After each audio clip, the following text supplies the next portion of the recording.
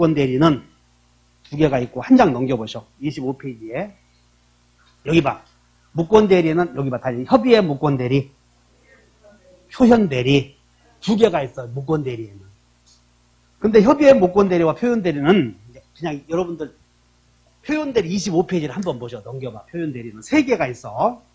표현 대리의 유형에는 몇 개 있다고요? 그래서 첫째 대리권 수요 표시에 의한 표현 대리. 이것을 125조라고 하는데 여러분 125조까지 이해해 줘야 돼 이거. 그래서 대리권 수요 표시에 의한 표현 대리를 쉽게 해서 다 같이 수표 대리, 통지 대리 이렇게 얘기해. 통지 대리라고도 해. 125조를. 그 다음에 126조를 권한을 넘은 표현 대리라고 그래서 여기를 권한을 넘은 표현 대리라고 이것을 월권 대리 이렇게 얘기해. 다 같이 월권 대리. 권한을 넘었다 이렇게. 그 다음에 대리권 소멸 후의 표현 대리를 이것을 소멸 대리 이렇게 얘기해. 약해서. 대리권 소멸 후의 표현 대리를 소멸 대리라고 한다고. 한번 여기보다 통지 대리, 월권 대리, 그 다음에 소멸 대리.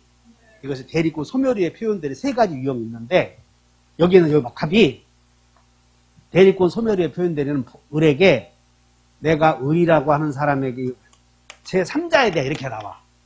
대리에서는 표현 대리에서는 타인 용어가 제3자 이렇게 나와. 제3자에 대하여 타인에게 대리권을 수여함을 표시한 자 이렇게 등장인물이 세 사람이 나와.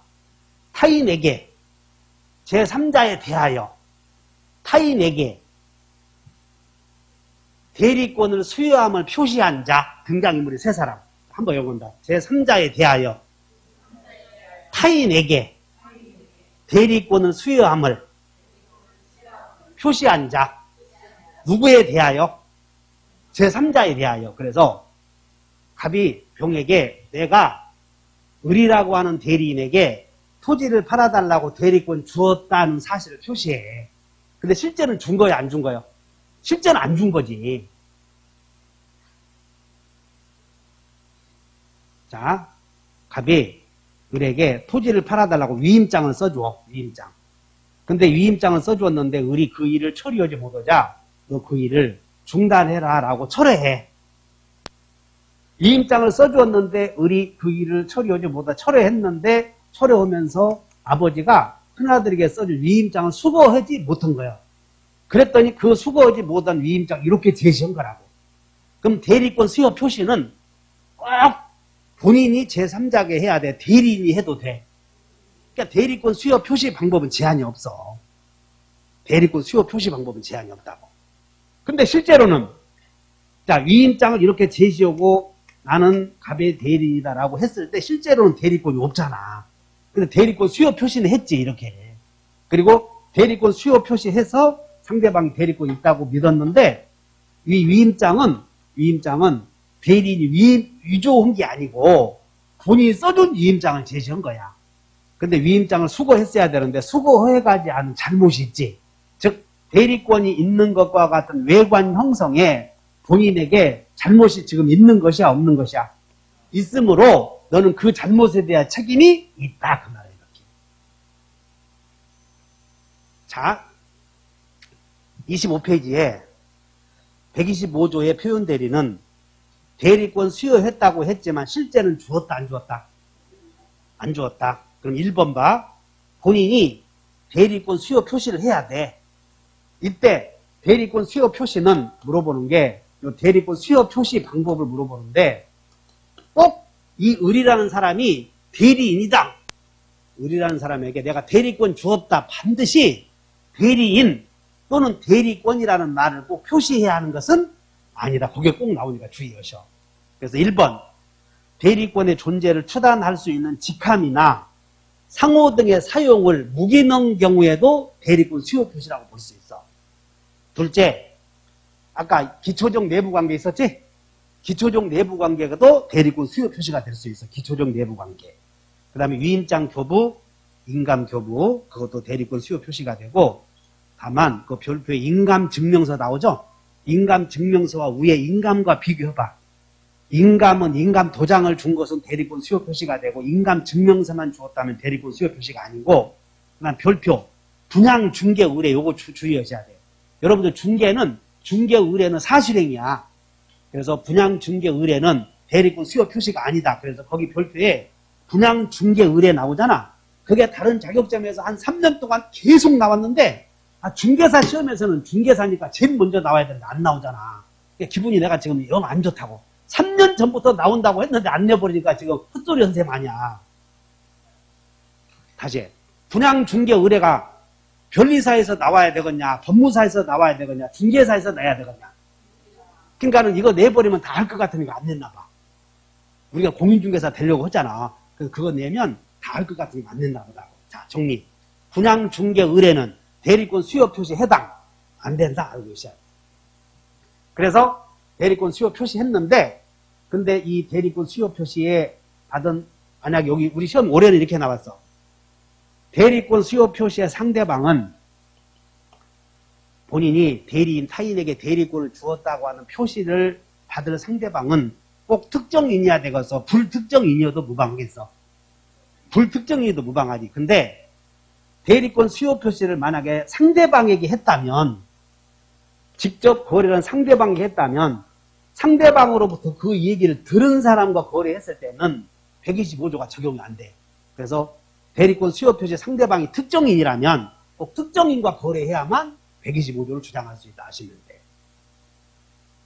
그래서 여기서 자, 대리권 수요 표시 방법에는 제한이 없다. 둘째는 이 을이 병과 유효한 대리행위를 해야 돼. 유효한 대리행위라 그 말은 대리권이 없으면 여기인데 만약에 유효한 대리행위라면 만약에 의사 능력이 있어버리면 안 된다는 거예요. 강행복귀에 반해버리면 안 된다 그 말이야. 강행복귀에 반하면 일이 가니까 이쪽으로 가서는 안 돼. 즉 뭔 얘기냐면 대리권만 없을 뿐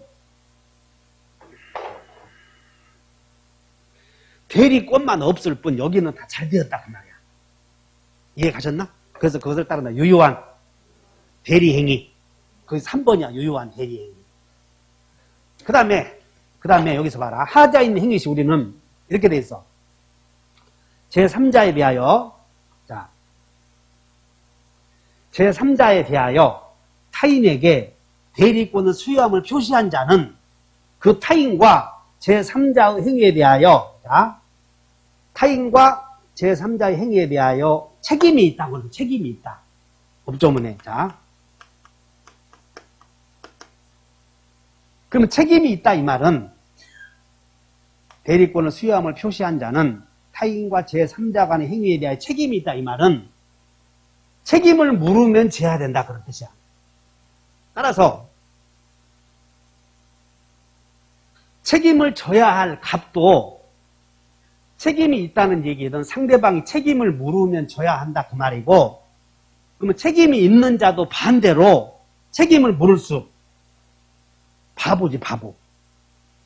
책임이 있는 자가 화요일날 내가 얘기했어요. 바람 피웠어 바람.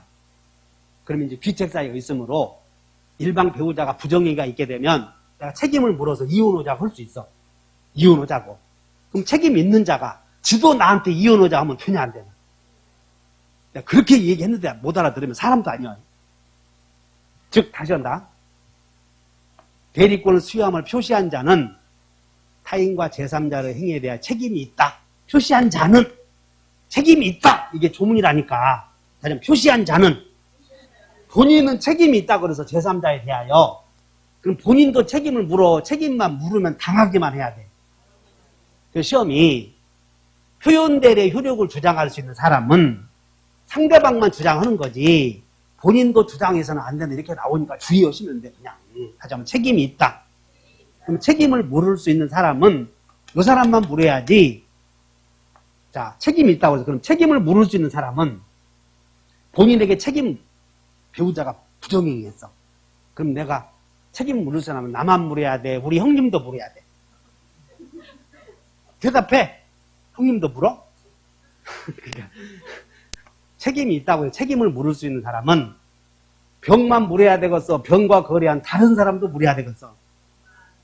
그래. 그러니까 민법 아무것도 아닌데 계속 제3자에 대한 우리 조문에 타인과 제3자의 행위에 대하여 책임이 있다고 그래서 그냥 제3자는 우리가 말하는 제3자가 많잖아. 그래서 그 제3자는 타인과 거래한 상대방만 가리키겠어. 상대방과 거래한 제3자도 가리키겠어. 왜냐하면 타인과 제3자의 행위에 대한 책임이 있다고 그랬잖아요. 이 사람과 거래한 사람만 책임 묻는다는 거예요. 그러므로 표현, 자, 대리인, 무권 대리인과 거래한 상대방과 다시 거래한 전득자도 본인에게 책임 물을 수는 엄청 쉬운 거예요. 다시 하나, 책임 물을 수 있는 사람 아무나 물을 수 있는 사람만 물어. 그러면 대리인과 거래한 사람만 믿었을 거 아니야. 대리인과 거래한 사람만 이 사람이 대리꾼 있다고 믿었으니까 책임을 물을 수 있는 사람은 다 물어. 직접 상대방만 물어. 잊지 말어. 됐나? 그러면 책임을 물으면 본인은 책임져야 돼. 못 지겠다 해야 돼. 못 지겠다 하면 그건 무슨 법이요. 그래서 책임을 물으면 본인은 전적으로 책임을 져야 되고 판사가 봤더니 상대방이 대리권 있다고 믿은 데 대해서 선이 무가 실은 사람만 책임 물을 수 있어. 원래 하다가 말아버렸네. 책임 나오면 외운다. 책임 묻는 자. 책임 묻는 자는 언제 어디서도 선이 무가 실이야. 민법에서는. 그럼 예외도 있냐? 예외 알면 독이 돼. 그러니까 묻지 말어. 그래서 책임 묻는 자는 전부 선이. 그래서 표현 대리에서 본인에게 책임을 묻기 위해서는 이 사람이 대리권 없다는 걸 몰라야 되고 주의의무 위반이 없어야 돼. 근데 판사가 재판을 진행하는 과정에서 살펴보니까 상대방의 과실이 있어. 그러면 상대방의 과실과 본인이 위임장을 수거해가지 않은 데에 따른 과실이 있으면 두 사람의 과실을 공지하는 걸 과실상계라고 해. 근데 그 과실상계는 언제 적용되냐면 여러분 채무불이행, 불법행위 이 경우에만 적용되는 거예요. 지금 우리 채무불이행 문제 배우는 게 아니야. 지금 책임 묻냐 마냐, 그리고 채무불이행 그 후에 생기는 문제. 책임 물었더니 그 후에 책임을 안 지면 채무불이행 문제 생겨. 그러니까 지금 책임을 묻냐 마냐 요거 문제니까 지금 채무불이행이나 불법행위 단계 아니라고. 따라서 상대방이 본인에게 책임을 물으면 판사가 과실을 상계하면 돼, 안 돼? 그래서 그게 밑에 쭉 내려봐. 상대방 효과에서 자 여러분들 선무상은 본인에게 책임 물을 수 본인에게 꼭 물어야 돼. 물을 수도 있는 거예요. 안 물어도 돼. 묻기 싫으면 철회해버리면 된다니까. 상대방은 야 끝내자 해버려도 된다고. 책임을 묻거나 말거나 할 수 있어요. 이 사람은. 그럼 자 본인에게 책임을 묻거나 말거나 할 수 있는 사람은 상대방만 물어야 되겠어? 상대방과 거래한 제3자도 물어야 되겠어? 지금 대리권 있다고 믿은 데에 대해서 과실이 없지 않다니까. 그럼 그때 선의 무과실은 대리권 없는 자가 대리권 있다고 했을 때 적용돼야 되므로 선의 무과실은 병에게만 적용돼. 그리고 대리권 없는 자와 대리권 있다고 믿었으니까 그 사람만 보여주는 거지. 간단해. 보호자시고 할 것도 없다고. 따라 책임 묻는 자. 아무나 물어. 직접 물을 수 있는 사람만 물어. 그러니까 직접 물을 수 있는 사람 요 사람 뿐이다 이거야. 그래서 시험은 어떻게 물어보냐면 표현 대리의 효력을 주장할 수 있는 사람은 여러 사람이요. 대리인과 거래한 직접 상대방 뿐이요. 내 말 많이 않게 해봐. 상식이니까. 그럼 본인도 책임을 물을 수 있어 없어? 아까 물었다가는 격을 좀 높이라고 그랬더니 책임 있는 놈이 지가 책임을 물으면 지도 말이 돼. 따라서 책임 있는 자는 책임 물으면 책임만 지는 거예요. 지가 책임 있는 자가 또 거꾸로 책임 물어서 이혼하자고 하면 사람도 아니지. 그때는 가만히 놔둬야 돼. 두드러 패야 돼. 규칙 사유가 있어. 요전히 배우자인데 그럼 나는 이혼하자고 할 수 있는 권리가 있지. 책임을 물어서. 근데 지가 나한테 오히려 이혼하자고 하면 저런 가만히 놔둬야 돼. 그러면 차 타고 가서 저수지로 혼자 빠져야 돼. 같이 가야 돼. 어? 남자가 혼자 빠져 니만 죽여? 아이씨 혼자 안 빠진다니까. 남자는 너를 죽일 수 있는 집사람이 부정이가 있어서 죽여야 되겠다고 마음먹으면 오직 사랑했으면 죽여야 되겠다 마음먹어. 그냥 저렇게 가치도 없으면 발로 차고 침 뱉고 가버려 그냥. 근데 너를 죽여야 되겠다고 한다면 너와의 기억을 있지? 너와의 기억을 내가 다른 사람과 다시 되살릴 수 없으니까 같이 죽어야 돼. 그래서 차 타고 가자 그러면 방탈 부려야 돼. 빨리 타야 돼. 다시 한다. 책임 있는 자가 반대로 책임 물을 수는, 이해하셨나? 따라서 책임 있는 자는 책임을 지기만 해야지 책임 물을 수는 없다고, 이렇게 그냥 간단해. 그리고 책임을 물으면 전적으로 책임을 지게 해야 돼. 판사는 책임을 물으면 전적으로 책임을 지게 해야 되겠어. 과실상계 해야 되겠어. 그러니까 거기다 과실상계에다 밑줄 그어봐, 여러분들. 오른쪽에 과실상계 적용 없다 나오지? 그 과실상계 적용에다가 메모해봐. 거기다 과실상계 적용에다가 채무불이행 불법행위 이렇게 쓰면 돼. 채무불이행 책임, 그 다음에 불법행위 책임 물을 때만 적용돼. 채무불이행 책임, 또 불법행위 책임 물을 때 과실상계 적용된다. 그리고 우리 시험에서는 과실상계 물어보는 게 세 군데가 있어. 하나는 표현대리, 그 다음 매도인의 담보책임, 그리고 저 뒤에 해제에서 원상회복 책임을 때 물어봐. 세 개. 다시 과실상계 적용되냐 안 되냐 물어보는 게 몇 군데 있었어? 세 군데. 그래서 세 군데인데 과실 책임 묻는 게 세 군데. 세 개 있고 지금 하나 나왔고 또 하나는 매도인의 담보책임입니다. 같이 공부해버려. 매도인의 담보책임에서도 책임 물을 때 과실상계 적용된다 그러면 안 돼. 여기도. 두 번째는 계약을 해제와 원상회복. 해제와 원상회복 할 때도 채무불이행 책임을 묻는 게 아니야. 거기도 그냥 해제 원상회복 책임 묻는 거라고. 따라 여기서도 과실상계 적용되지. 올해 예상 문제야. 해제. 계약을 해제했을 때 원상회복할 때에 과실상계가 적용되다 그러면 틀려. 이런 것들이 올해 나온다고. 이렇게 이미 2년 전부터 엄청 나온다고 예상했거든요. 어쨌든 표현대리가 성립이 되면 책임이 있다. 그 말 아시겠나? 이게 머릿속에, 자, 여러분들, 표시한 자는 타인에게 제3자에 대하여 타인에게 대리권을 수여함을 표시한 자는 타인과 제3자 간의 대리행위에 대한 책임이 있다. 그거 하나 외워놓으면 돼. 그럼 책임이 있다는 얘기는 책임이 있는 자가 물을 수는 없고, 그리고 아무나 물어야 돼. 책임 물을 만한 사람만 물어야 돼. 그 사람은 대리권 없는 자와 거래한 사람만 묻는 거지 막 줄지어서 묻는 게 아니다 하시면